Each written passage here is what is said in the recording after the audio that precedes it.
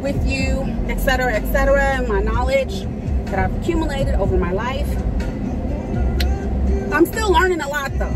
So thank you guys for bearing with me, and I appreciate y'all sticking with me, coming to watch, liking, commenting, all the things, because I know that nothing is perfect over here. So I pretty much self-taught myself polygel, gel nail polish, how to apply it, how to work with it. Very first application was actually decent, and so I came up with a list of things that as a beginner, a polygel beginner, a nail enthusiast beginner, as it is, things that would have helped me in the beginning. So number one is with polygel. If you've never worked with it before, I suggest when you get your polygel, you play with it. You scoop some out, you put it on a paper towel or a tip or a, you know, plate or something, and just play with it. Play with it with a brush. Play with it with different types of brushes, different size of brushes. Play with it with slip solution and alcohol and hand sanitizer, so that you have an idea of what the material consistency is. You have an idea of how the material moves with each different brush. You have an idea of what you want to use for your slip solution. Because obviously when I first started, I just went off of the package insert, which was to use their slip solution. But as I got more and more into it, I started seeing girls using alcohol, started seeing girls using hand sanitizer.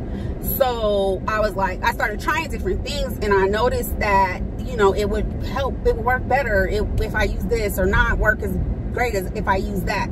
So play with the product before you just go in and start putting it on you, because once you have it on you, it's kind of like, okay, you know, it can be discouraging, and also it's harder to know what you're working with when you're applying it to yourself than it is just, you know, kind of playing around with it. So that's my first tip. My second tip is to know that the temperature of your polygel matters. The temperature of the room that your polygel is sitting in the room that you're doing your nails in, it matters. Because if you are in, let's say like it's summertime and it's really, really hot where I am, and if I don't have the AC on in the house, that plays a part in how my polygel is going to come out, which in turn plays a part in how, you know, I'm going to be able to sculpt it. So just know that warm, for most brands that I've worked with, and I think I'm working now with about 3 different brands, when it's warm, it's loose. When it's cold, it's stiff. And I personally like to work with it stiff. That is my personal preference. But and that will be my third tip.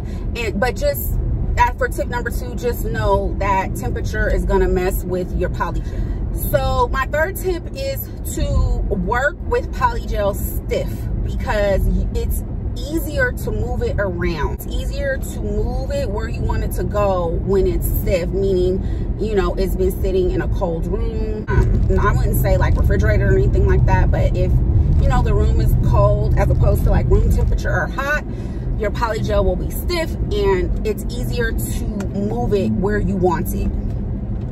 If it's warm, it kind of like spreads and floods and puddles, and it's messy for me. My fourth tip is to apply it. Application is key. Application is absolutely key when you're working with polygel. If you don't want to do a lot of filing, whether it be the e-file or the hand file. So if you've ever had your nails done and like you watch how the tech works, or if you ever seen anyone get their nails done, you see how they shape and form, mostly acrylic, you know, in a certain way, a certain pattern. That is very, very, very important, because once you cure it, it's stuck like that. It's hardened and it's not going nowhere. You're not gonna be able to move it.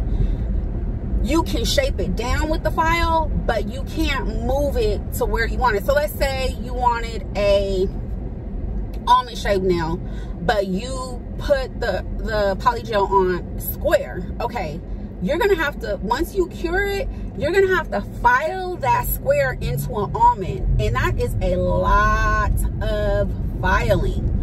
So this probably should have been tip number 1. It is so important to know that your application is key to having the best shaped nails. And that was something that I had never heard or seen, so I didn't know. I pretty much was just putting it on thinking, okay, it's gonna take the form of the tip and then it'll be fine. Another thing I wanted to say about that is when you apply your polygel, you can take as long as you need to take applying it and shaping it, because it's not going to dry unless you cure it. So for example, like with acrylic, okay, you got to work fast because acrylic dries within a matter of seconds. And that's why they work so fast. Like it's a sense of urgency trying to get it in the correct shape that they want it in. But with polygel, baby, 5-10 minutes per nail. If you need to take it, because I'm telling you, it is going to make a world of difference in your final result and in your filing. There was 6.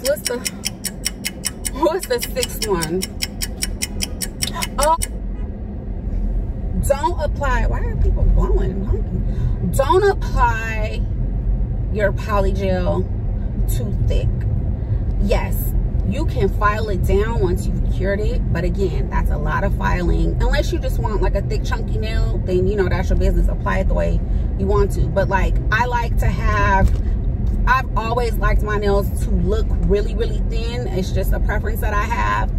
Even when I was going in salon, I would always say thin and narrow. Like that's my look. So if you want a thin, effortless, natural looking nail, you don't want to pile that polygel on because it's hard to take it down. You can always go back in and put more polygel on, but it's harder to sit there and file it off after you packed it on and cured it. And you guys, a lot of the kits and did not have this in it. Like, I had to figure this out on my own, which it's really weird to me. So after you apply your polygel, right, and you cure it and it's done, you take it out.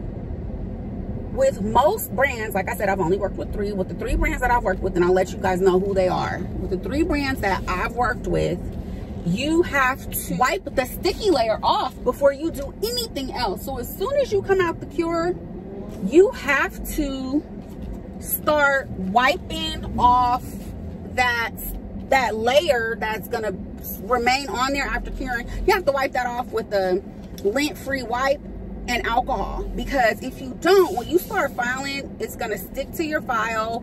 You're just not gonna, it ain't gonna work. It's not gonna work. So please wipe in between layers of polygel and before you put on any gel polish, before you start filing or before you put on any gel polish.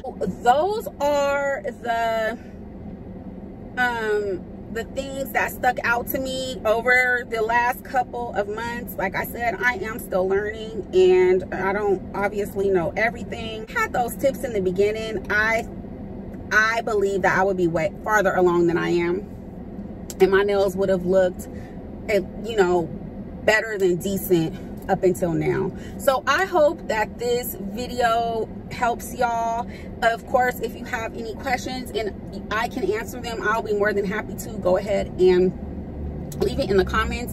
SHEIN gift card giveaway. Still, you guys, I'm trucking along. I think I'm like around 500 right now, but when we get to 1,000, I will be picking a lucky winner for the $50 SHEIN gift card. The rules are in the description. I need you to subscribe. I need you to comment and like the video.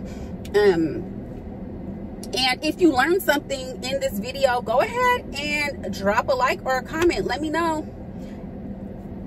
Get it right. Oh, let me show you guys my nails. These are my latest. So cute, right? I love it. Some of my rhinestones fell off, but that's because I improvised with the rhinestone glue. I have some. Finally, I got some, so I'm just working with what I have, which is another good tip for y'all. Work with what you have, because you don't need to go out spending all this money before you even know what you're doing. So work with what you have and, you know, build your collection up as you go. Get it right.